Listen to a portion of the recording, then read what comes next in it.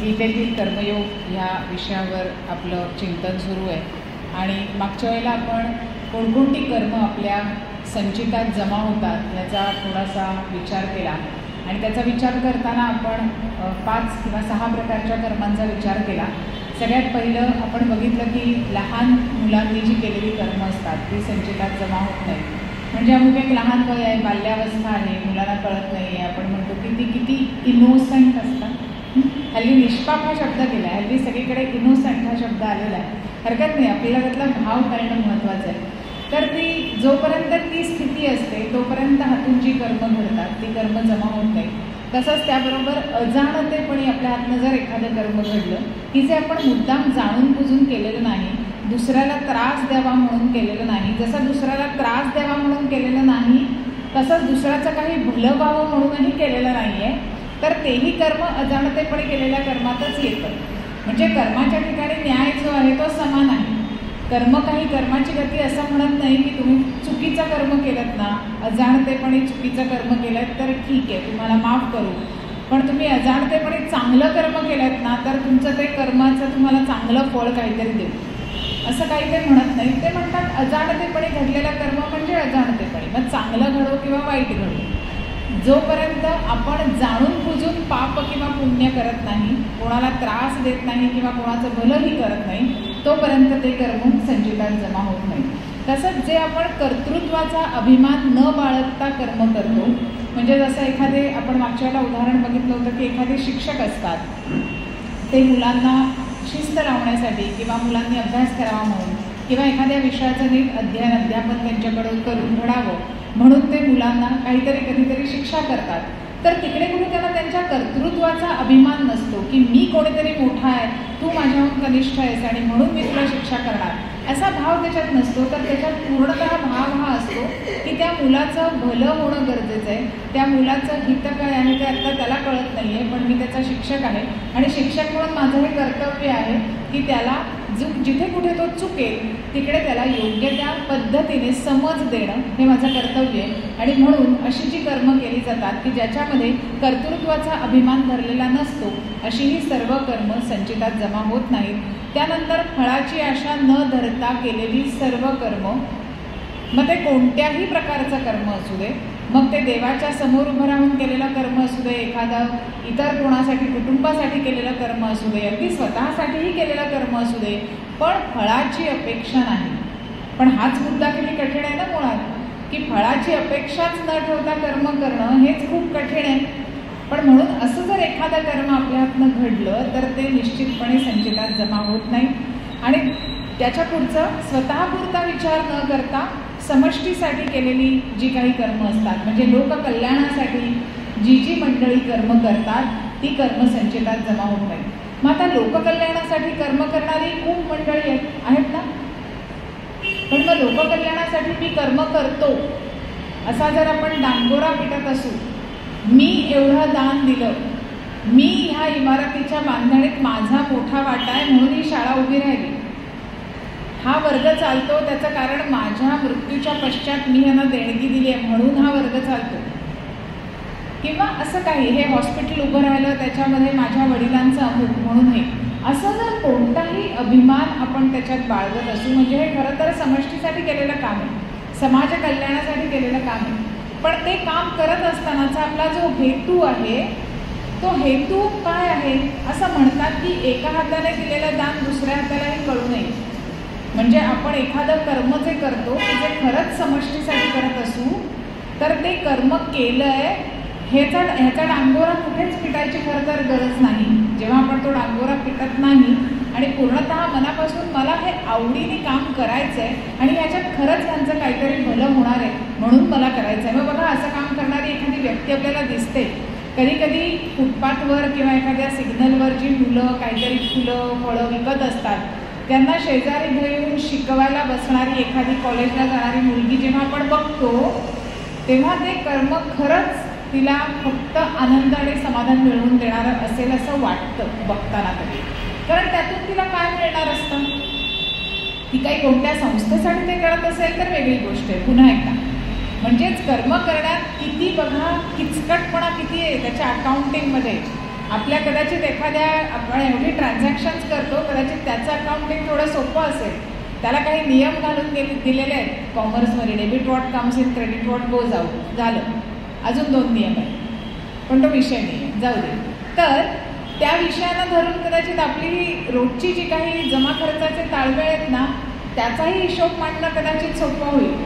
पण कर्म इतकं किचकट आणि क्लिष्ट आहे त्यातली प्रत्येक गोष्ट, की आपण ते करत असताना आपला भाव कोणता आहे, आपण ते करत असताना आपला हेतू कोणता आहे, आपण ते जे करतोय ते खरंच लोकांच्या कल्याणासाठी आहे, पण मग त्यातून मला खरंच काही मिळवायचं आहे का. म्हणजे एकीकडे लोकांचं कल्याण होतं आहे, पण आपल्याकडे असं म्हणतात ना, स्वार्थात परमार्थ.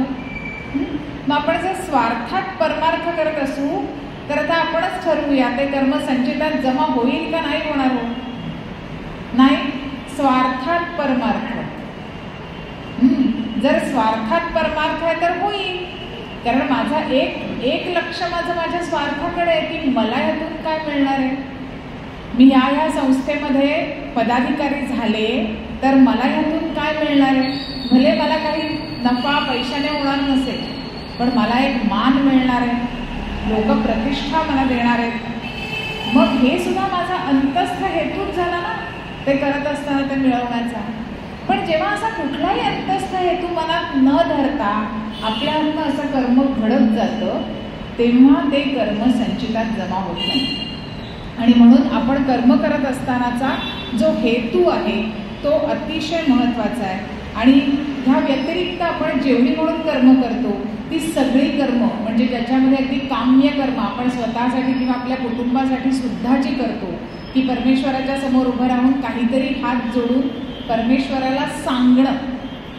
आपण काय म्हणतो, हो आम्ही काही मागत वगैरे नाही परमेश्वराकडे, फक्त त्याला सांगितलं की आत्ता बाबा हे असं असं चालू आहे आणि आत्ता घरात ही अडचण आहे, बघ आता तू काय. आता बघ, हा परमेश्वराला ठाऊक नाही का आपल्या घरात काय अडचण येते. एकीकडे जर विचार केला तर त्यानेच तर आपल्याला निर्माण केलं आहे, त्यानेच ही सगळी परिस्थिती जी काय, भले कर्माचा सिद्धांत सांगतो ही परिस्थिती आपलीच असते, म्हणजे उगीच परमेश्वराला बोल लावू नये.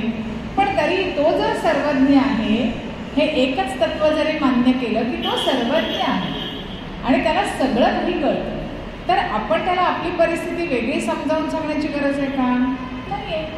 म्हणजे आपण फक्त तिकडे जाऊन हात जोडून उभं राहणं आणि काय जो मनात जितका काही प्रेमाचा भाव आपल्या ठिकाणी असेल आणि पूर्ण शरणागत भाव असेल की मी कोणी नाहीच आहे, सगळं काही तूच आहेस, हा भाव मनात ठेवून जर फक्त आपण त्याच्यासमोर उभं राहत असू तर ते कर्म संचितात जमा होणार नाही. कारण तिथे आपण काही कामना करत नाही, आपण काही त्याच्याकडे मागत नाही. त्यामुळे अगदी ही जी काम्य कर्म आपण करतो ती सुद्धा जमा होतात. आणि ही जमा झाली कर्म तर आता आपण कशाची तजवीज करतोय, आपण संचितात घालतोय एक कर्म अजून घालत जातोय. म्हणजे आपण तजवीज कशाची करतोय तर आपल्या पुढच्या प्रारब्ध कर्माची. कारण आत्ता ह्या जन्मासाठीचं गाठोडं घेऊन आलोय आपण, पण त्या संचितात आपण अजून जेवढी वाढ करत जाणार आहोत तेवढे अनेक जन्म आपल्याला प्रारब्धाची गाठोडी बरोबर घेऊन परत यायचं आहे. मग भले आपण चांगली कर्म केली असतील तर जास्त पुण्याचं गाठोड आपल्या बरोबर येईल आणि म्हणून सुखप्राप्ती होईल एखाद्या जन्मात. आणि जर यावेळेचं जे काही प्रारब्धाचं गाठोडं उचललंय ते जर जास्त पापकर्मांचं असेल तर त्याचं फळ म्हणून जास्त दुःख भोगावी लागतं. पण सुख असो किंवा दुःख असो ते भोगावं लागतं. आणि सुखानंतर दुःख, सुख पाहता जगा पाडे, दुःख पर्वताय वडे असं म्हणून ठेवलंय. त्यामुळे त्या सगळ्याला आपल्याला कुठेतरी ते भोगतच पुढे जावं लागतं. आणि म्हणून असं कर्म करण्याकडे आपला कल जास्त असायला हवा की जेणेकरून आपलं ते कर्म संचितात जमा होणार नाही. आणि म्हणून कर्माचं जर पूर्ण स्वातंत्र्य आपल्याला आहे तर ते कर्म करत असताना ते जाणीवपूर्वक करणं हेच आपल्यासारख्या, म्हणजे इथे हा सगळा विषय बोलणं का योग्य आहे. कारण तुम्ही सगळे अत्यंत ज्ञानी व्यक्तिमत्व आहात, तुमचा अभ्यास आहे, तुमची साधना आहे, त्यामुळे तुम्हाला इथे जे काय बोललं जातं ते तुम्हाला कळतंय पटापट आणि तुम्हाला माहिती आहे की हे कसं आचरणात आणायचं, त्या ठिकाणी जाणीव कशी ठेवायची, हे तुम्ही सर्वजण ज्ञानी असल्यामुळे तुम्हाला चटकन कळतंय.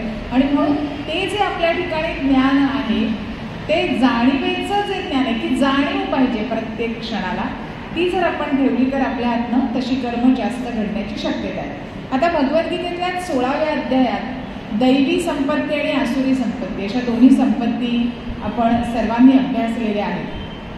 आता त्या दैवी संपत्तीमध्ये असे 26 गुण सांगितलेले आहेत. मग त्याला दैवी संपत्ती का म्हटलेलं आहे? जर आपण त्या प्रत्येक संपत्तीचा उपयोग फक्त स्वतःसाठी केला, म्हणजे क्षमा हा समजा एक गुण आहे त्यातला आहे ना, क्षमा हा खूप मोठा गुण आहे. मग क्षमा कोणाला करावी? ज्याच्या हातनं काहीतरी चूक घडली अशा प्रत्येक व्यक्तीला क्षमा करावी असं म्हटलं जातं. पण मग आपण कोणाला क्षमा करतो? आपण स्वतःला पटकन क्षमा करतो. आणि जितक्या पटकन आपण स्वतःला क्षमा करतो तितक्या पटकन आपण दुसऱ्याला क्षमा करतो का? म्हणजे दुसरे लांबचे तर जाऊच देत, अगदी आपल्या कुटुंबातल्या व्यक्तींना सुद्धा आपण तितक्या चटकन क्षमा करतो का? आपला आपण पडताळून पाहण्याचा विषय. म्हणजेच त्याच्यात जे सगळे 26 गुण सांगितले आहेत ते कदाचित व्यष्टी म्हणजे व्यक्तिगत स्वरूपात आपण अंगीकारले असतील सुद्धा, पण भगवंत काय म्हणतात की जोपर्यंत ते सगळे गुण आपण समष्टीसाठी वापरत नाही तोपर्यंत ती दैवी संपत्ती होत नाही. कारण परमेश्वराला आपल्याकडून काय हवंय?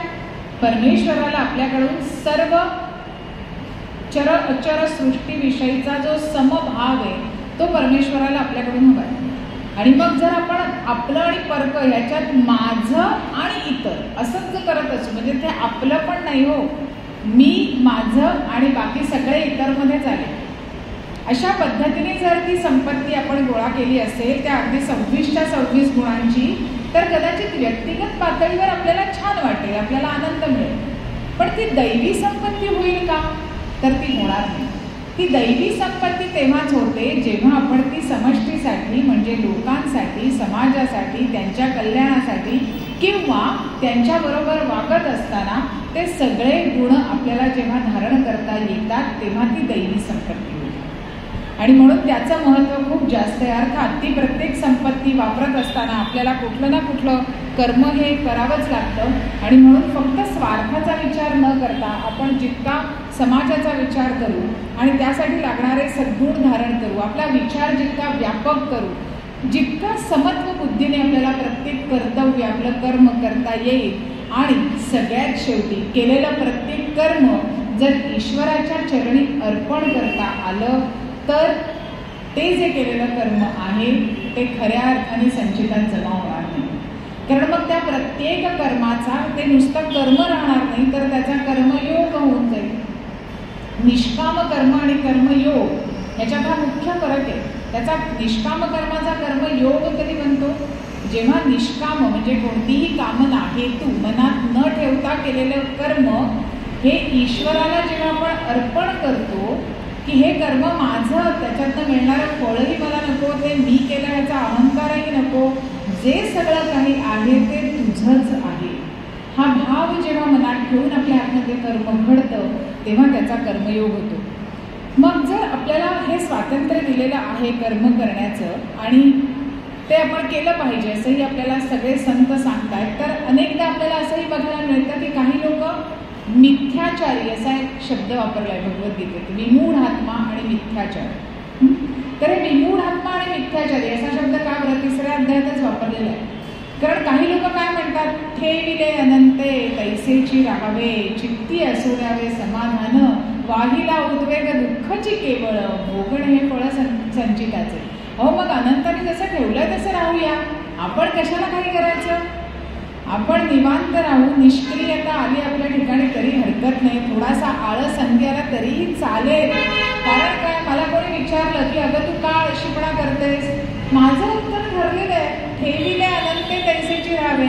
आज काही अनंत मला म्हणत नाही की बाई उठ इकडनं आणि काहीतरी झडझडून काम कर, तो जर मला म्हणत नाही तर मी आपली राहिली शांत. त्यामुळे तुम्ही असं समजू नका की मी निष्क्रिय वगैरे झाली. अहो पण अगदी खरं सांगायचं तर कर्मप्रवृत्ती माझ्यामध्ये आहे ना अजून, म्हणजे मी निष्क्रिय झाले म्हणजे काय, मी बसते एका ठिकाणी आणि मग माझ्या आवडीचं काहीतरी मी करते. म्हणजे मी कधी TV बघते, त्या ज्या सगळ्या मालिका लागतात ना छान छान लागतात, त्याच्यात खूप छान छान विषय हाताळलेले असतात. म्हणजे काय आपल्याला रस उत्पन्न होतो की नाही? खूप लोकांना होतो, म्हणजे तुम्हाला होत नसेल पण आता तुम्ही मोजकीच मंडळी इकडे आहात, खूप लोकांना त्याच्यात रस निर्माण होतो. नाहीतर तुम्ही मला सांगा TV वरच्या मालिका एवढ्या चालतील का? असं म्हणतात की त्यांचा पण काहीतरी सर्वे वगैरे असतो आणि काहीतरी TRP नावाची गोष्ट असते, म्हणजे जर खूप कमी लोकांनी त्या मालिका बघायला सुरुवात केली तर त्या मालिका बंद होतील वगैरे, असं काही काही ऐकलंय. कळत काय नाही त्यातलं मला. पण जर हे सत्य आहे आणि तरी त्या मालिका इतक्या जोमात चालू आहेत वर्षानुवर्ष, म्हणजेच आपण फार प्रेमाने त्या बघतोय. म्हणजे जेव्हा आपण ठेविले अनंत म्हणतो तेव्हा आपलं मन कुठेतरी त्याच्यात गुंतवून आपण ते कर्म करतच असतो ना. आणि म्हणून याला संत म्हणतात की हे आपण मिथ्या, म्हणजे हा दांभिकपणा आपण धारण करतो, हा दंभ आहे आपल्यातला, की मला आता काही करायचं नाही, हो झालंय माझा सगळा संसार आता करून झालाय म्हणून मी TV बघते, संसार झालाय करून म्हणून TV बघते. बघा किती छान उपाय शोधला आता कर्म न करण्यासाठी. ह्यासाठी संत तुकाराम महाराज एक खूप छान आपल्याला 4 ओळी ते सांगतात त्यांच्या अभंगातून. अगदी सोपा अर्थ आहे आणि तुम्हाला सगळ्यांना तो अभंग ठाऊकही आहे. ते म्हणतात, ऐसे कैसे झाले भोंदू कर्म करोनी म्हणती साधू. जे भोंदू असतात ते कर्म तर करत असतात पण स्वतःला साधू म्हणून घेतात. म्हणून ते म्हणतात, ऐसे कैसे झाले भोंदू कर्म करोनी म्हणती साधू, अंगा लावून या राख डोळे झाकूनी करीती पाप. त्यांना असं वाटतं की आपण डोळे झाकले आहेत म्हणजे कोणीच बघत नाही आहे. तर अंगाला राख पासली, आपण मधवी वस्त्र धारण केली म्हणजे आपण साधू झालो आणि म्हणून आता आपण काय वाटेल ते करायला मोकळे आहोत. आणि म्हणून ते म्हणतात की डोळे झाकूनी करीती पाप, दावूनी वैराग्याची कळा, भोगी विषयाचा सोहळा. वैराग्याची कळा धारण करतात की आम्हाला किती वैराग्य आलंय, आम्हाला आता काहीच नकोय, आम्ही ह्या सगळ्याच्या पलीकडे गेलोय, आम्ही कोणतेही विषय उपभोगत नाही. आणि मनात मात्र सतत विषयाचं स्मरण असतं, कोणी मला काही देईल का, कोणाकडनं काही लाभ होईल का. बघा अनेकदा तर आज अशी परिस्थिती आहे की अनेक देवळांच्या बाहेर सुद्धा आपल्याला अशा व्यक्ती दिसतात. आपल्याला ते बघून वाईट वाटतं की ह्या व्यक्ती इकडे का आहेत, ह्या व्यक्तींना हात पसरायची वेळ का आली कोणासमोर. अंगाला राख फासली एकीकडे आणि एकीकडे हात पसरतात.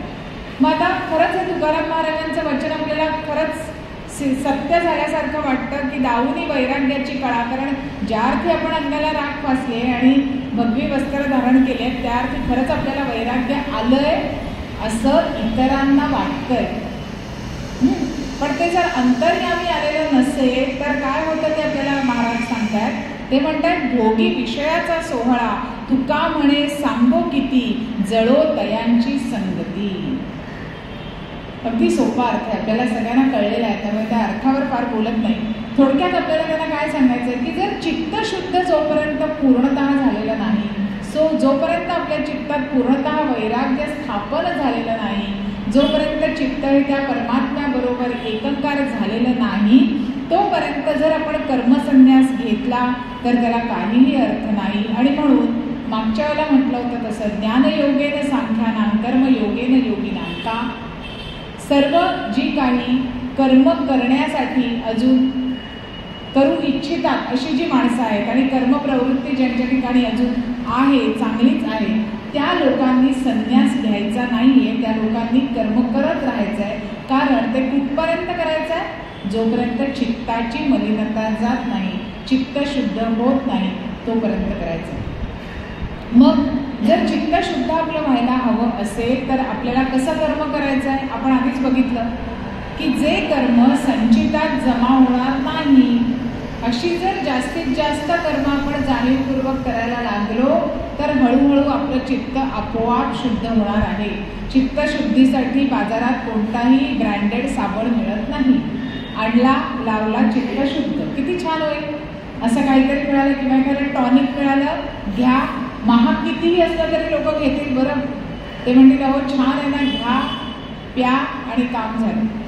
तर अगदी सगळ्यांना काय हवं असतं, जे सोपं आहे ते हवं.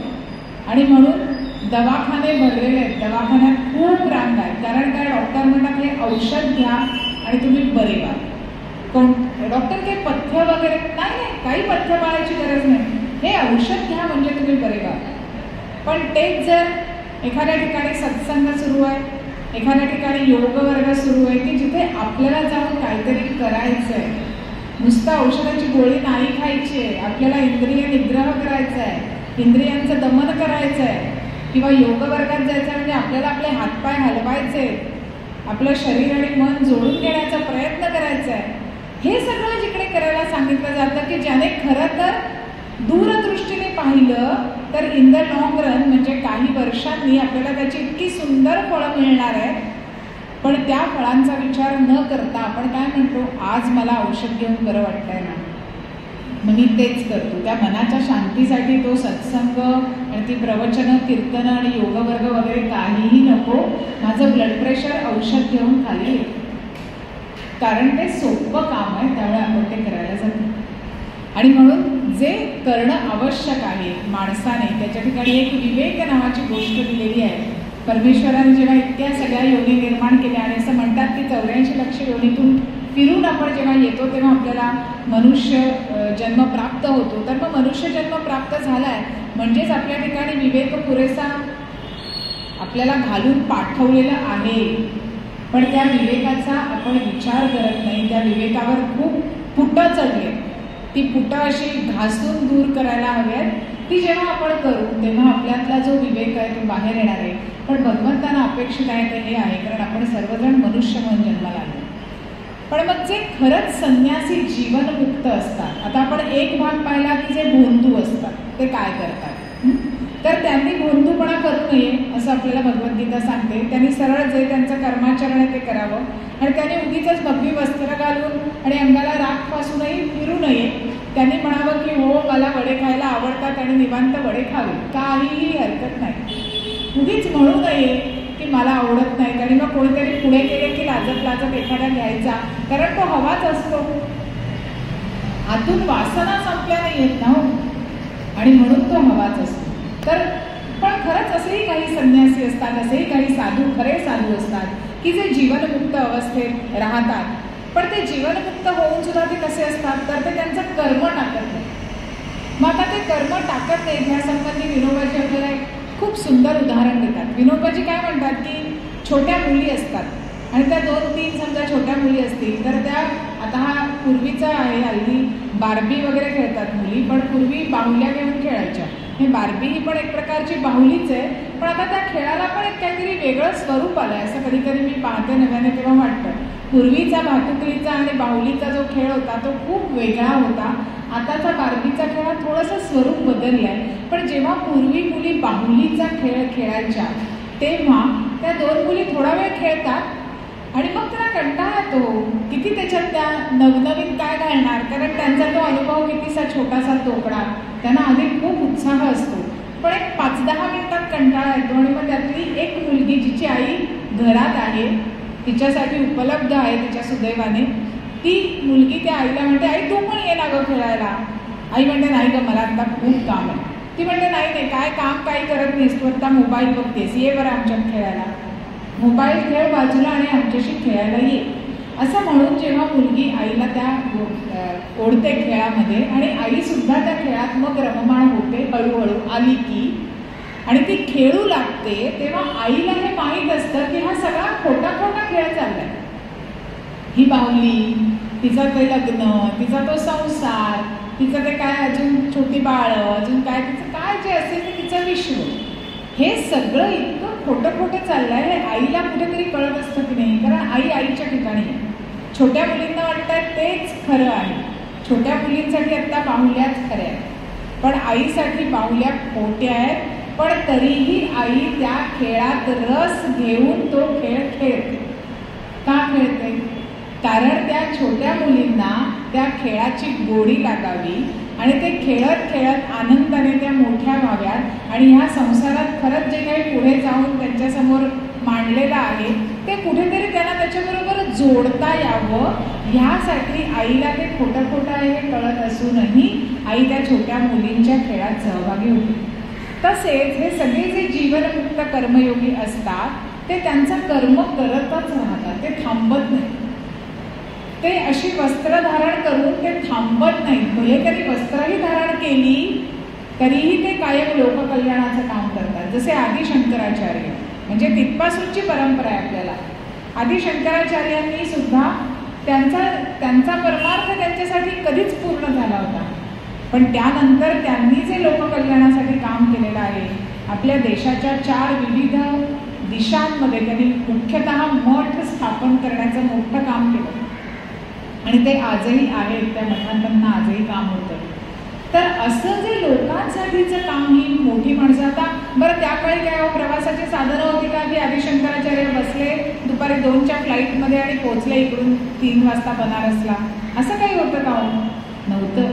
किंवा इथे बसले 2ला आणि खालती दक्षिणेकडे पोहोचून गेले 3:30ला, नव्हतं. म्हणजे सगळा प्रवास पायी होता. देहाला दंडन होतं, देहाला किती मोठ्या प्रमाणावर कष्ट करावे लागत होते, पण तरीही त्यांनी हे काम केलं. त्यांना हे काम करायची खरं म्हटलं तर काय गरज होती? त्यांना यातून काय मिळणार होतं? काहीच नाही.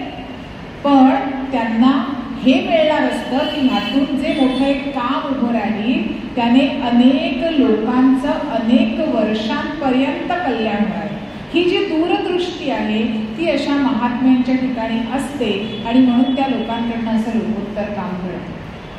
तर हे जे जीवनमुक्त किंवा खरे संन्यासी असतात, खरे साधू असतात, ते तरीही कर्म करत राहतात. त्याचं कारण त्यांना तृप्त होऊन कर्म सोडू शकतात ते, कारण ते आतून तृप्त आहेत.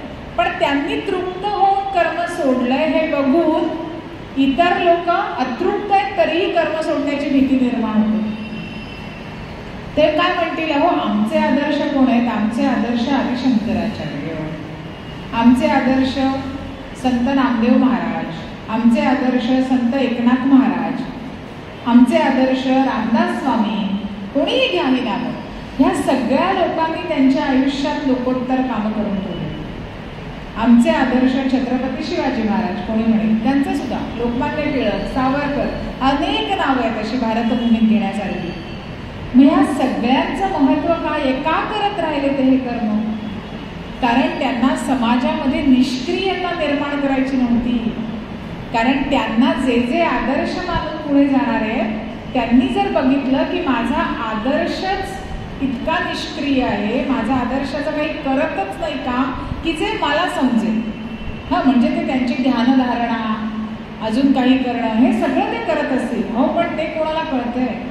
ते काही सर्वसामान्यांना कळू शकत नाही. त्यामुळे सर्वसामान्यांना कळेल, सर्वसामान्यांना दिसेल, रुचेल, आवडेल, त्यांच्या कल्याणासाठीचं असेल असं कर्म त्यांच्या हातनं सतत ते करत आलेली एक मंडळी. आणि म्हणून ही मंडळी जी आहे ती लोकोत्तर होतात किंवा ती त्यांची सगळी कर्म जी असतात ती समष्टीसाठी असल्यामुळे संचितात जमा होत नाहीत आणि म्हणून ती मंडळी जीवनमुक्त किंवा त्यांना पुढचा जन्म नसतोच. कारण त्यांच्या कर्माचं कोणतंही फळ भोगण्यासाठी चांगलं किंवा वाईट ते असा अभिमान करत नाहीत ना की मी इतक्या ठिकाणी मठ स्थापन केले, जाहिरात करा माझी. म्हणतात का? आदि शंकराचार्यांनी म्हटलंय की माझी जाहिरात करा, फलक लागले पाहिजेत शहरोशहरी की इतक्या ठिकाणी मठ स्थापन झाले. आज एवढंसं छोटंसं काम कोणाच्या हातनं घडलं तर किती फलक लागतात. मग आता खरंच हे समाजासाठी काम चाललंय असं म्हटलं जातं, पण खरंच हे कर्माचं जर गती बघितली आणि कर्माचं जे काही सगळं चालू आहे आता आपलं विवेचन त्याचा विचार केला तर त्या शास्त्रानुसार हे संचितात जमा होणार आहे का होणार नाही? होणार आहे. कारण म्हणतोय मी लोककल्याणासाठी, म्हणते मी लोककल्याणासाठी, पण मला तर इथे प्रसिद्धी हवी आहे. ती प्रसिद्धी मिळाल्याशिवाय मला पुढेच जाता येत नाही. आणि जी लोकोत्तर कामं करणारे पुरुष होते त्यांनी हा विचार कधीच केला नाही आहे आणि म्हणून ते खूप मोठे झाले. थोडक्यात प्रत्येक जीवाने कर्म करायचंच आहे आणि ते त्याच्यातनं घडवून घेतलं जातं. मग असं का आहे बरं की आपण कर्मापासून लांब का नाही जाऊ शकत? आपल्याला वाटतं ना कधीतरी आता पास झालं आहे, कर्म कर्म कर्म काय चाललंय, नको ती आता कर्म. मग कोणताही माणूस कर्म करण्यापासून का राहू शकत नाही? त्याचं उत्तर भगवद्गीतेच्या 3ऱ्या अध्यायातच भगवंताने देऊन ठेवलं आहे. नाही कश्चित क्षणमपि जातु तिष्ठत्य कर्मकृत कार्यते ह्यवश कर्म सर्वै प्रकृतिजैर्गुणैः. त्यातला हा जो प्रकृतिजैर्गुणैः हा जो शब्द आहे तो सगळ्यात महत्त्वाचा आहे. कारण आपण सगळे ह्या कर्मबंधनात किंवा कर्मात अडकतो किंवा सतत ते करत असतो. ह्याचं मूळ कारण जे आहे ते प्रकृती आणि तिचे गुण. मग ही जी प्रकृती, आता आपण हे पुरुष आणि प्रकृती थोडंसं जरी ते थोडंसं किचकट असलं तरी समजून घेण्याचा ह्यासाठी प्रयत्न करूया की आता आपण ऐकतोय प्रवचनं आणि ज्या अर्थी आपण सगळे ह्या मार्गावर आहोत त्या अर्थी आपण खूप लोकांचं खूप काही ऐकलेलं आहे, वाचलेलं आहे. आपण अगदी मी म्हणजे मनापासून म्हणते की तुम्हाला खरंच हे सगळं माहिती असणार आहे, त्यामुळे हे कळणं फार अवघड जाणार नाही. मग ही जी प्रकृती आहे ती प्रकृती काय आहे तर आपल्या सगळ्यांच्या ठिकाणी एकच चैतन्य किंवा आत्मतत्व सगळ्यांच्या ठिकाणी एकच आहे असं आपल्याला भगवद्गीता सांगते की नाही. आणि ती असं म्हणत नाही की प्रकृती आणि पुरुष म्हणजे ही दोन वेगळी तत्व आहेत असंही भगवद्गीता म्हणत नाही. जरी सांख्य, आता सांख्य हे काय आहे, सांख्य हे एक दर्शन आहे जे कपिल मुनींनी जी एकूण आपल्याकडे 6 आस्तिक दर्शनं सांगितली त्यातलं कपिल मुनींनी जे सांगितलं ते सांख्य दर्शन. मग त्या सांख्य दर्शनामध्ये ह्या सगळ्याविषयी उहापोह केलेला आहे. प्रकृती, पुरुष, प्रकृतीची जी सगळी तत्वं आहेत त्या तत्वांविषयीचा सगळा उहापोह, त्याच्याविषयीच्या कारिका, मग ती प्रकृती कशी आहे, तिचं स्वरूप कसं आहे, हे सगळं त्याच्यात वर्णन केलेलं आहे. मग तेच जे प्रकृतीविषयीचं सांख्याने सांगितलेलं आहे ते भगवद्गीतेत सुद्धा आपण सगळ्यांनी बघितलं आहे की 2रा अध्याय हा सांख्य योग असंच त्याचं नाव आहे. आणि ज्ञानयोगेन सांख्याना असंही म्हटलेलं आहे. म्हणजे सांख्य हे जे तत्वज्ञान आहे त्याचा कुठेतरी विचार भगवद्गीतेत आपल्याला दिसतो आहे. आणि म्हणून ही प्रकृती काय आहे ह्याचा जर आपण विचार केला तर ती प्रकृती ही त्रिगुणात्मक आहे. आपल्याला सगळ्यांना एवढा तर शब्द माहितीच आहे, सत्व, रज आणि तम असे 3 गुण तिच्या ठिकाणी. आपण असं म्हणतो की जे पिंडी ते ब्रह्मांडी, जे तत्व एक आत्मतत्व आहे ते सगळ्यांमध्ये तेच आहे. मग जर पिंडी ते ब्रह्मांडी आहे तर मग एकाच्या ठिकाणी असणारं किंवा पिंडाच्या ठिकाणी असणारं जे आत्मतत्व आहे ते त्या ब्रह्मांडाच्या ठिकाणी असणाऱ्या आत्मतत्वाला का ओळखू शकत नाही. आपल्या सगळ्यांच्या ठिकाणी आहे ना आत्मतत्व आणि ब्रह्मांडाच्या ठिकाणी सुद्धा आत्मतत्व आहे. ब्रह्मन म्हणजे काय, ते तत्वच आहे, परमात्मा. मग आपण त्याला का बरं ओळखू शकत नाही असा प्रश्न आपल्या मनात स्वाभाविकच निर्माण होतो. खरं तर ते आत्मतत्व सर्व निर्जीव वस्तूंमध्येही आहे. म्हणजे रस्त्यावरच्या एखाद्या दगडात सुद्धा ते आत्मतत्व आहे आणि रस्त्यावरून जाणाऱ्या सर्व गाई, म्हशी, कुत्रे, मांजरं ह्या सगळ्यांमध्ये सुद्धा ते आहे. आणि ते आपल्याला दिसत नाही, ते संतांना दिसतं. आणि म्हणूनच तर आपल्याला आपण अशी कथा ऐकलेली असते, वाचलेली असते जेव्हा संतांची चरित्र वाचतो तेव्हा, की जेव्हा कुत्रा पोळी घेऊन जातो तेव्हा संत त्या कुत्र्याच्या मागे तुपाची वाटी घेऊन लावतात की अरे बाबा तूप लावून पोळी खा. ते असं नाही म्हणत की हा त्या काय कुत्र्याला काठी घेऊन हकलून द्यावं, असं म्हणत नाही. ते म्हणतात की अरे अरे पोळी घेतलीस ना, चांगली गोष्ट आहे, पण तूप पण घे. हे जे आहे किंवा ज्ञानेश्वर माऊलींनी रेड्याच्या तोंडून वेद वदविले हे जे आहे ना ते एकच तत्व सर्वभूतांच्या ठिकाणी पाहण्याची जी योग्यता, जी पातळी ज्यांनी गाठलेली आहे त्याचं हे आपल्याला समोर दिसणारी ही उदाहरणं आहे. आणि म्हणून ही उदाहरणं का डोळ्यासमोर ठेवायची की प्रत्येक माणसामध्ये इतकी क्षमता आहे. प्रत्येक माणूस हा संत ज्ञानेश्वर आणि निवृत्तीनाथाने एवढा मोठा होऊ शकतो की ज्यांनी संजीवन समाधी घेतली इतका मोठा प्रत्येक माणूस होऊ शकतो. त्याच्यामध्ये ते सगळं देऊन पाठवलंय. कारण जर ते आत्मतत्व सगळ्यांच्या ठिकाणी आहे, ते सच्चित आनंद स्वरूप आहे, तर ते त्या कुत्र्याच्या ठिकाणी आहे, माझ्याही ठिकाणी आहे. तेच आत्मतत्व माऊलींच्या ठिकाणी होतं, तेच रामदास स्वामींच्या होतं, तेच आदिशंकराचार्यांच्या होतं. ते तत्व सारखंच आहे. मग जर ते तत्व सारखंच आहे तरीही ते मला का नाही ओळखतंय. त्याचं एक सुंदर छोटंसं उदाहरण जर घ्यायचं झालं तर एखादा दिवा असतो, दिव्याची ज्योत आहे, छान दिवा पेटलेला आहे. आता तो दिवा जर आपण एखाद्या डब्यात ठेवला, लोखंडाच्या, स्टीलच्या, कुठल्याही धातूच्या डब्यात ठेवला आणि तोच दिवा जर आपण एखाद्या काचेच्या बरणीत ठेवला तर आपल्याला कुठला दिवा दिसेल, काचेच्या बरणीतला दिसेल आणि त्या स्टेनलेस स्टील किंवा लोखंडाच्या डब्यातला दिसणार नाही. आता आपल्याला लोखंडाच्या डब्यातला दिवा दिसत नाही म्हणजे तिथे दिवा नाही असं म्हणता येईल का? नाही, दिवा आहे, दिवा तोच आहे, पण मला तो दिसत नाही कारण त्याच्यावर एक खूप जाडजूड असं धातूचं आवरण आलेलं आहे. आणि मग काचेतला दिवा मला का दिसतो? त्याच्याही भोवती आवरण आहे पण ते पारदर्शक आहे. बघा संत कसे असतात, संत पारदर्शक असतात. पारदर्शक असतात म्हणजे ना त्यांचं वागणं सगळ्यांची सारखं असतं. ते असं म्हणत नाहीत की हा माझा आहे ना म्हणून याने गुन्हा केला तरी ह्याला आत टाकू नका, आणि हा परक्याचा आहे ना याने एवढंसं कृत्य काहीतरी केलं तरी लगेच चला चला तक्रार नोंदवा, असं संत म्हणत नाही. हे सर्वसामान्यांचं लक्षण झालं. संत पारदर्शक असतात. त्यांच्या हृदयात सगळ्यांविषयी तितकंच ममत्व, तितकीच दया, तितकंच प्रेम, तितकाच समभाव असतो. आणि हे जे उदाहरण आहे की तो दिवा आपल्याला दिसतो आणि दिसत नाही, याचं कारण ते आवरण जितकं तलम, जितकं तरल, तितकं ते दिसणं सोपं. आणि आपल्या आत्मतत्वावर, आपल्या आत्म्यावर जे आवरण आहे, म्हणजे तुमच्या सगळ्यांचं तरल आहे, पण मी स्वतःशी बोलते की ते इतकं जाड आहे की त्यामुळे आपल्याला दिसूच येत नाही की आतमध्ये काय आहे. मग हे कशाचं आहे बरं हे सगळं आवरण? हे सगळं आपल्याला प्राप्त झालेलं नाम रूपात्मक जो देह, त्याला मिळालेल्या उपाध्या, ह्या सगळ्याच आहे. मग ही उपाधी म्हणजे काय? आपल्याला मिळालेलं नाव, आपला ज्या घरात कुळात जन्म होतो ते कुळ, आपण काहीतरी अभ्यास करून मिळवतो ती एखादी डिग्री, आपल्याला काहीतरी 4 पुस्तकं वाचून प्राप्त होतं ते ज्ञान, त्याच्यावर आपण अशी करतो, आम्ही करतो तशी एखादी पोपटपंची. ह्या सगळ्याची जी उपाधी आपल्याला जळते, त्या उपाधीचं जे आवरण येतं त्याच्यावर, त्यामुळे आपल्या आत जे खरं काय जे तत्व आहे ना ते आपल्याला दिसतच नाही, ते आपल्याला ओळखूच येत नाही. आणि ही प्रकृतीची गंमत आहे. आपण बोलतोय प्रकृतीविषयी की आपण कर्म का सगळे करत राहतो, का त्या कर्माच्या राहट गाडग्यात फिरत राहतो, ती प्रकृती आपल्याला फिरवते.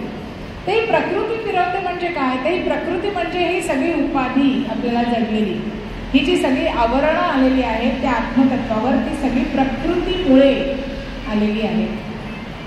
आणि म्हणून त्याला कोणी मोह माया असेही म्हणतात. बघा, असं आपण ऐकलेलं असतं, ये तो सब मोह माया आहे, असं आपल्याला म्हणता येतं पटकन, पण खरंच वाटतं का हो की मोह माया आहे? नाही.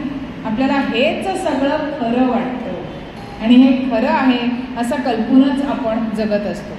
आणि त्या परब्रह्मावर हे जे विनाशी मायेचं जे आवरण आहे, जे आच्छादन आहे, जी उपाधी आपल्या सगळ्यांना लाभलेली आहे, त्यालाच त्रिगुणात्मक प्रवृत्ती असं, प्रकृती असं म्हणायला हरकत नाही. ती त्रिगुणात्मक आहे, त्यामुळे सत्व रजतम या तिन्ही गुणांचं तिच्या ठिकाणी प्राबल्य आहे. मग भगवद्गीतेत काय म्हटलंय की प्रकृती स्वतंत्र नाहीये, तर ती माझीच माया आहे. 7व्या अध्यायामध्ये भगवंत असं म्हणतात, दैवी येषा गुणमयी मम माया दुरत्यया मामेव ये प्रपद्यन्ते माया मेतांतरन्ते. जे कोणी त्रिगुणात्मक जी माया आहे ती माझंच एक रूप आहे, आणि जे कोणी मला शरण येतात त्यांना ही माया तरुण जाणं सोपं होतं. जर मला शरण आला नाही तरी माया तरुण जाणं कठीण आहे. तर ही माया म्हणजे हा सगळा भवसागर, जो सगळा संसार आहे, आपल्याला मिळालेला हा जो जन्म आहे, त्या जन्मात दर दिवशी नवीन काहीतरी घडतंय की नाही. आज आपण इथे सगळे छान प्रवचनाला बसलो, आपल्याला कोणालाच माहीत नाही की पुढच्या शुक्रवारी आपण कुठे असणार आहोत, माहिती आहे का? ही जी सगळी अनिश्चितता आहे आपल्या सगळ्यांच्या बरोबर असणारी, तर भगवंत म्हणतात की हा जो भवसागर आहे, म्हणजे जो अनिश्चिततेने भरलेला आहे, जो दुःखाने भरलेला आहे, आणि तो तरुण जाणं खूप कठीण आहे. हो, मग तो जर तुम्हाला तरुण जायचा असेल तर तुम्ही मला शरण या. मग शरण याचे 3 वेगवेगळे मार्ग भगवंतांनी सांगितले, ज्ञानमार्ग, कर्ममार्ग आणि भक्ती मार्ग. मग जो कर्ममार्गातला जीव असतो तो काय म्हणतो की मी भगवंताचा आहे, आणि त्यामुळे जे काही आहे मी केलेलं कर्म आहे ना ते मी त्याला अर्पण करणार आणि मी पुढे जाणार, कारण मी त्याचा आहे. जो भक्ती मार्गाने जाणारा असतो तो काय म्हणतो, भगवंत माझा आहे. वेगळं आहे ना, मी भगवंताचा आहे असं नाही म्हणत तो म्हणतो भगवंत माझा आहे, आणि त्यामुळे तो जे करेल ते मला मान्य आहे. बघा, एखादं छोटं बाळ असतं आपल्या घरात, ते आपलं असतं की नाही, ते भगवंताचं रुपडं असतं. असं म्हणतात की छोटं अगदी तान्हं जे अर्भक जे असं म्हणतात. त्यामुळे की जितकं नवीन जन्माला आलेलं बाळ आपल्याला बघायला मिळेल तितकं आपल्यासाठी ते देवाचं रूप आहे, आणि त्याला नमस्कार करावा, ते विष्णू रूप आहे. कारण अगदी आत्ता आलंय ते छान, आणि त्यामुळे त्याच्या ठिकाणी कोणतंही असं पाप पुण्य काही त्याच्यातनं चुकीची कर्म काहीच अजून घडलेलं नाही आहे, अगदी छान निष्पाप आहे ते.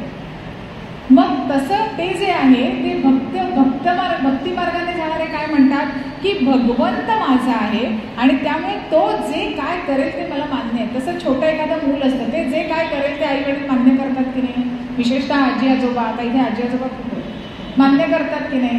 का? कारण ते मूल भगवंत माझं आहे, ते मूल माझं आहे. हेच सगळं जर दुसऱ्या कुठल्या तरी मुलाने केलं तर आपण मान्य करतो का?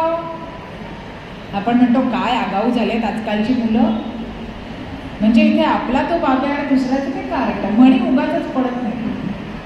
हा जो भाव सर्वसामान्यांच्या ठिकाणी जागृत होतो त्याचं महत्त्वाचं कारण हेच आहे की आपली बुद्धी अजून खूप जास्त प्रबळ आहे.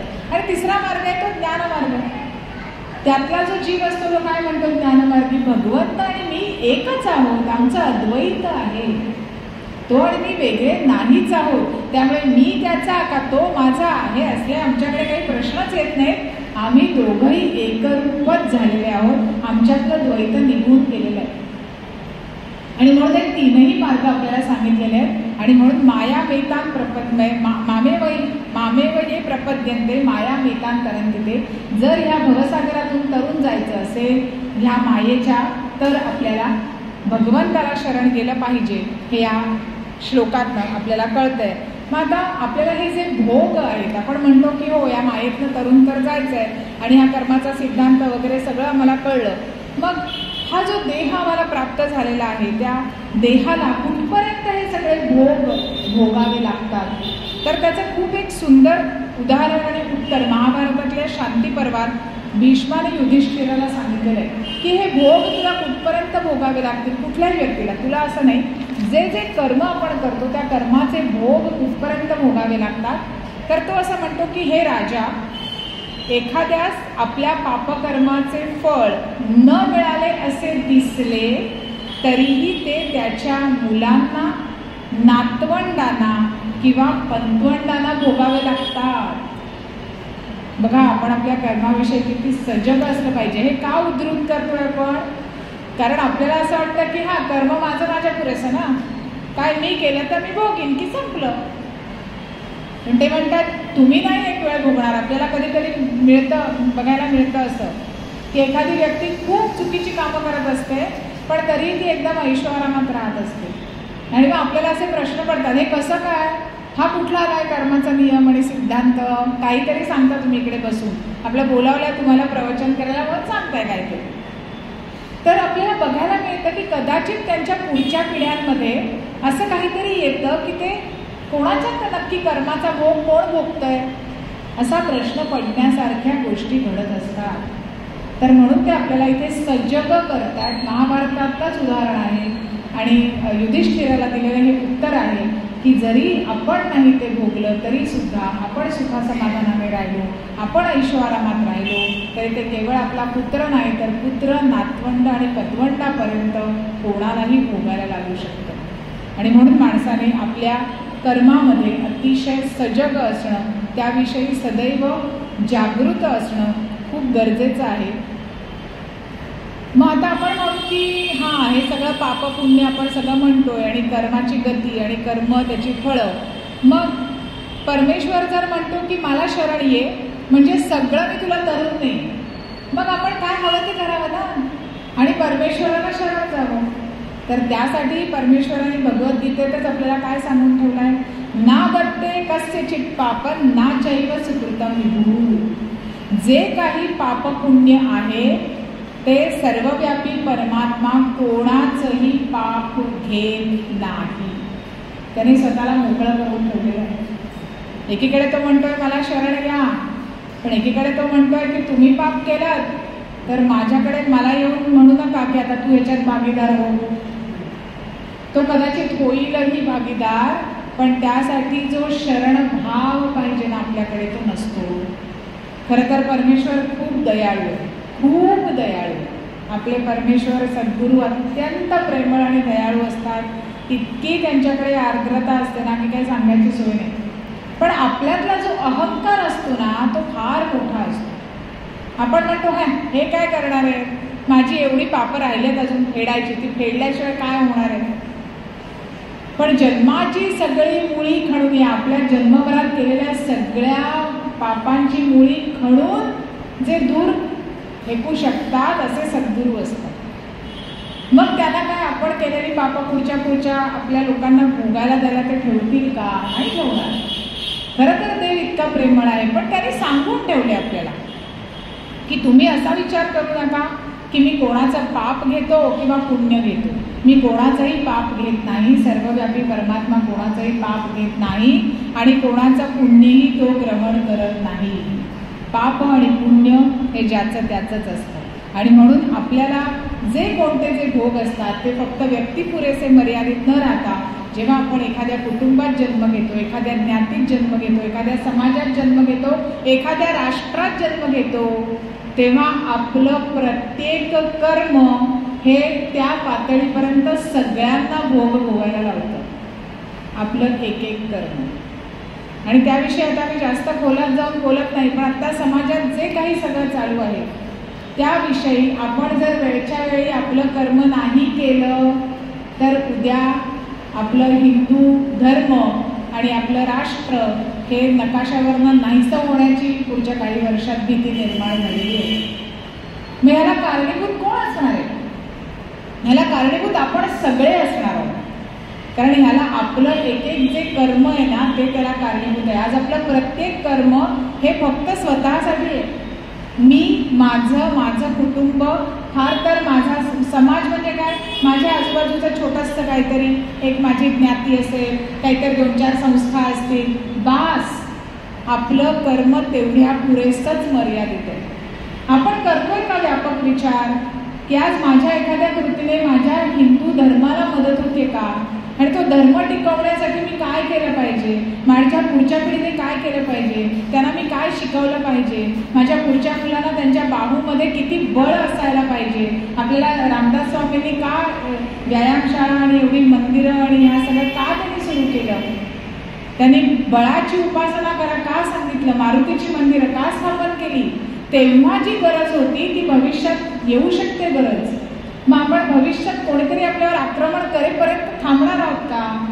असं जर आपण केलं तर आपण इतिहासातून काय शिकलो, आणि जर इतिहासातून काही शिकलो असू तर आपल्या पुढच्या पिढीला ह्याविषयी सतत सजग करणं आणि त्याविषयी त्यांनी काहीतरी करण्यासाठी त्यांना उद्युक्त करणं हे आपलं काम आहे.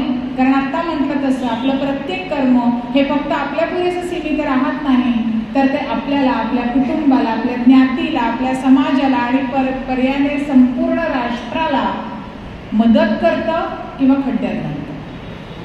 आणि म्हणून प्रत्येक व्यक्तीने आपल्या कर्माप्रती सजग असणं गरजेचं आहे. कर्माप्रती सजग राहत असताना नक्की आपण काय करायला हवं. खरं तर सत्वगुणाचं अधिष्ठान आपल्या ठिकाणी निर्माण व्हायला हवं. ते अधिष्ठान निर्माण झाल्याची काय लक्षणं आहेत आपण थोडंसं पटकन तीही बघूया आणि पुढे जाऊया.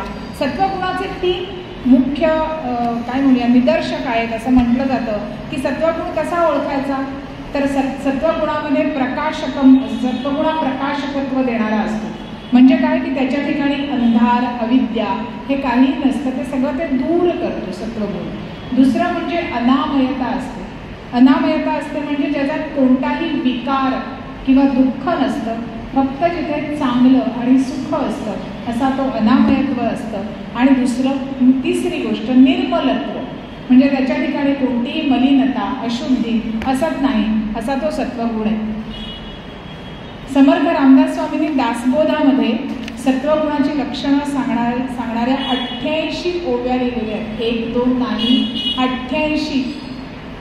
त्याचा आपण नक्की अभ्यास करूया प्रत्येकाने, आणि तुम्ही सगळे अभ्यास व्हाल त्यामुळे करालच. काही 4-6 ओव्यांचा आपण विचार करायचा प्रयत्न करूया. समर्थ काय म्हणतात की बरं आपण सत्वगुणाचाच विचार करता आत्ता म्हणजे सत्वगुणाचाच फक्त विचार का करणार आहोत, कारण तो आपल्याला धारण करायचा. रज आणि तमगुणाचा आपण त्याची लक्षणं दिली आहेत समर्थाने, पण आपण त्याचा उहापोह इथे अजिबात करणार नाही आहोत, कारण आपल्याला ती माहिती आहेत सगळी आणि आपण आहोत त्या सगळ्यामध्ये. आपल्याला सत्वाकडे जायचं आहे, मग ज्या दिशेला जायचं आहे त्याचा पत्ता माहिती पाहिजे. म्हणून आपण फक्त सत्वगुणांची जी लक्षणं आहेत, सत्वगुण आपल्यामध्ये आला आहे कसं समजायचं, समर्थाने काय काय छोटं छोटं सांगितलं आहे ते आपण बघूया.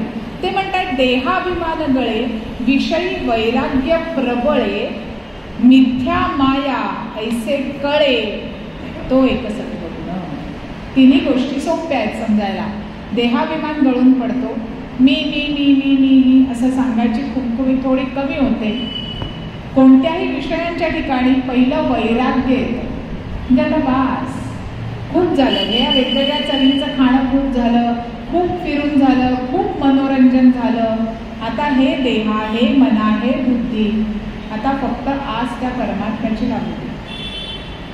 आता तो एकच विषय सतत मनात येऊ दे, असं जेव्हा वाटेल तेव्हा त्या विषयांकडचं जे ओढ आहे, जी आसक्ती आहे, ती कमी होईल आणि तिकडे वैराग्य निर्माण होईल.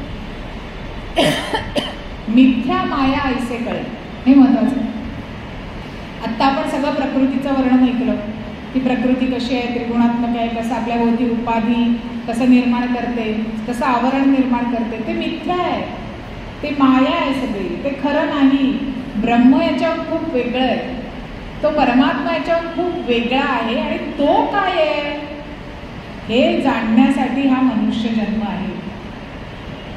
हे जर सतत सतत सतत आपण स्वतःला सांगायला लागलो तर ही माया मिथ्या आहे हे आपल्याला कळेल आणि सत्वगुण जास्त प्रमाणात बळावे. पुढे ते म्हणतात सर्व काळ उदासीन नाना भोगी विटे मन. खूप महत्वाचं आहे.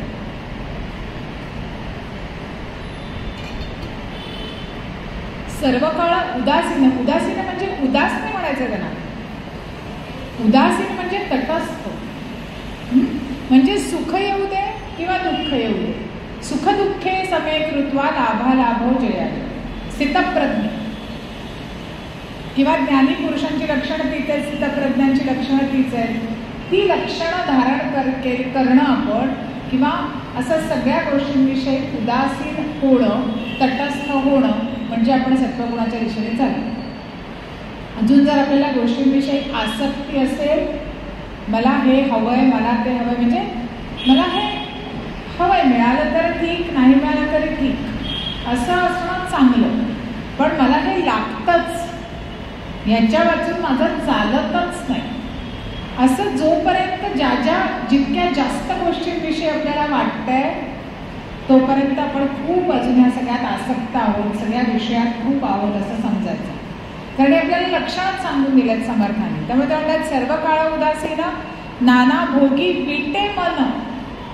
मन आता विटलंय, खूप भोग भोगून झाले, आनंद दुःख पाप पुण्य सगळ्याचा आनंद घेऊन झाला, भोगून झालं सगळं, आता मन विटलं.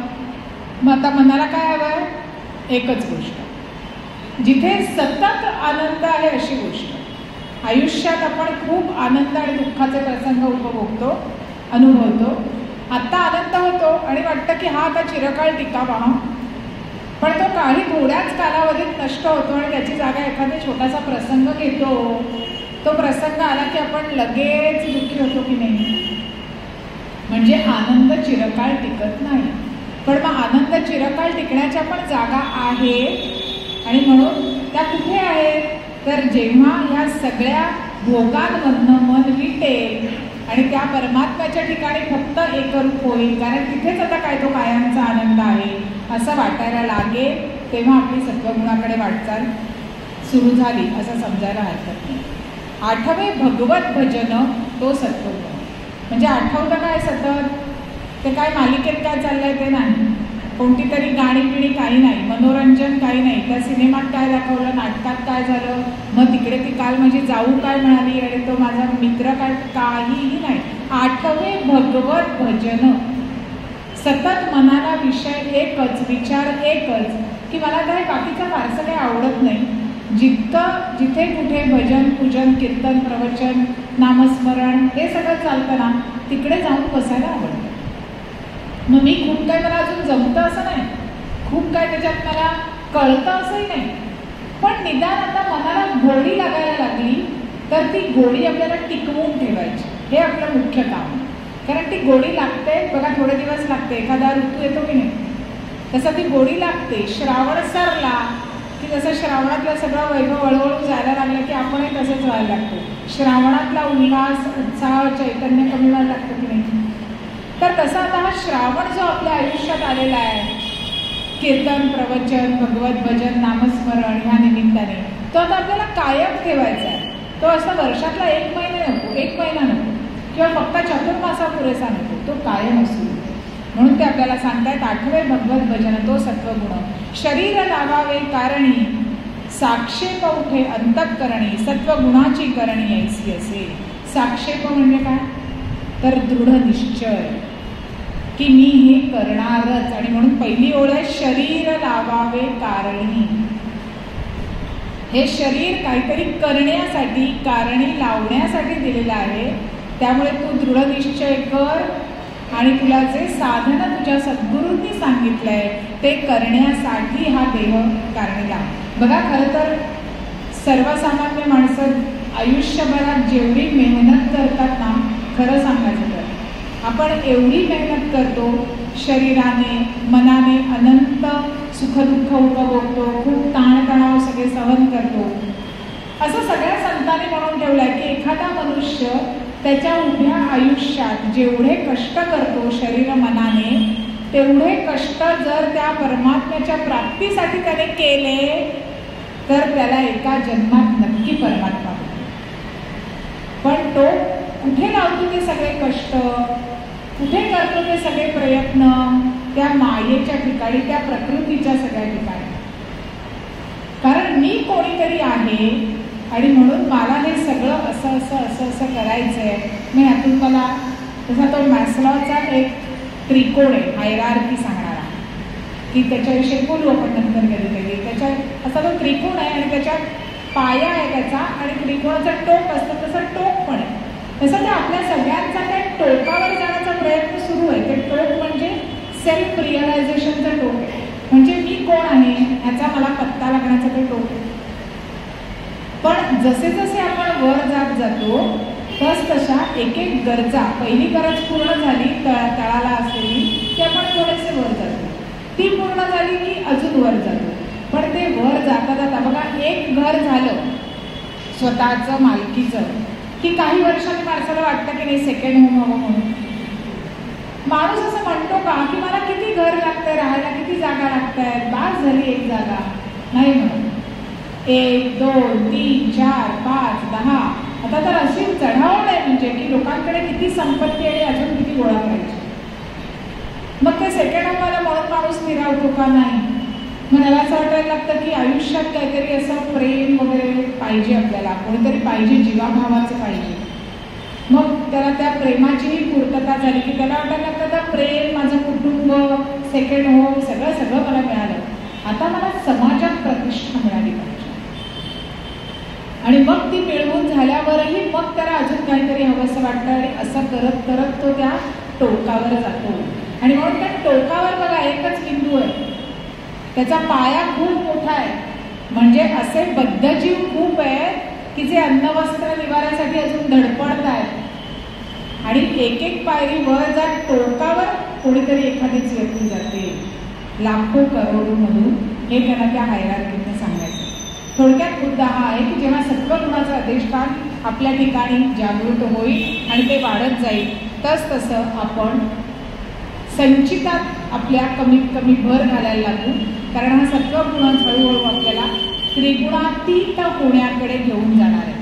जोपर्यंत आपण त्या पातळीवर जात नाही तोपर्यंत काही खरं नाही आहे मंडळी. आपल्याला खूप काम करायचं आहे, पण आपण तयार आहोत ते सगळं करायला. कारण का की आपल्याला आता कळलेलं आहे की काय नक्की करायचं आहे, हे तरी आपल्याला कळलंय. आपण जी दिशा धरली आहे ती दिशा योग्य आहे, तो मार्ग योग्य आहे. आता आपल्याला त्याने फक्त मार्गक्रमणा करायची. मग जर कर्मयोग श्रेष्ठ आहे तर नेमकं कोणतं कर्म केलं म्हणजे कर्माचं बंधकत्व नष्ट होतं, नाहीसं होतं, हे आपण आपल्या पुढच्या प्रवचनात बघणार आहोत. कारण त्याचं उत्तर देताना भगवंत असं म्हणतायत की यज्ञासाठी केलेल्या कर्माशिवाय अन्य कर्मात माणूस जर गुंतला तर त्याला त्या कर्माचं बंधन पडतं. मग आता हे यज्ञ कर्म म्हणजे नक्की काय हे आपण आपल्या पुढच्या प्रवचनात ऐकूया. आजच्या प्रवचनाची सांगता करताना एक छोटासा अभंग म्हणण्याचा प्रयत्न. आज आपण बघितलं की संतांचं मन कसं निर्मळ असतं आणि जेव्हा आपल्याला यज्ञाचा विचार करायचा आहे तेव्हा संत जी सगळी कर्म करतात ती यज्ञासाठी केल्यासारखीच करत असतात. आणि म्हणून ज्यांनी आपल्या आयुष्यातलं प्रत्येक कर्म हे यज्ञ कर्म असल्यासारखंच केलेलं आहे, अशा संतांच्या गावी जर आपण गेलो तर आपल्याला काय काय मिळतं हे सांगणारा संत तुकाराम महाराजांचा खूप सुंदर अभंग आहे. माझा छोटासा प्रयत्न आहे म्हणण्याचा. संतांची गावी प्रेमाचा सुकाळ, संतांची गावी प्रेमाचा सुकाळ, नाही तळमळ दुःख लेश, नाही तळमळ दुःख लेश, तेथे मी राहीन होऊन याचक, तेथे मी राहीन होऊन याचक, घालतील भीक तेची मज, घालतील भीक तेची मज, नाही तळमळ दुःख लेश, संतांची गावी वर भांडवल, संतांची गावी वर भांडवल, अवघा विठ्ठल धन वित्त, अवघा विठ्ठल धन वित्त, नाही तळमळ दुःख लेश, संतांचे भोजन अमृताचे पान, संतांचे भोजन अमृताचे पान, करीती कीर्तन सर्व काळ, संतांचा उदिमा उपदेशांची पेठ, संतांचा उदिमा उपदेशांची पेठ, प्रेम सुखासाठी घेती देती, नाही तळमळ दुःख लेश, तुका म्हणे तेथे आणिक नाही परी, तुका म्हणे तेथे आणिक नाही परी, म्हणून भिकारी झालो त्यांचा, म्हणून भिकारी झालो त्यांचा, नाही खळबळ दुःख लेश, नाही तळमळ दुःख लेश, नाही तळमळ दुःख लेश. राजाधिराज सद्गुरू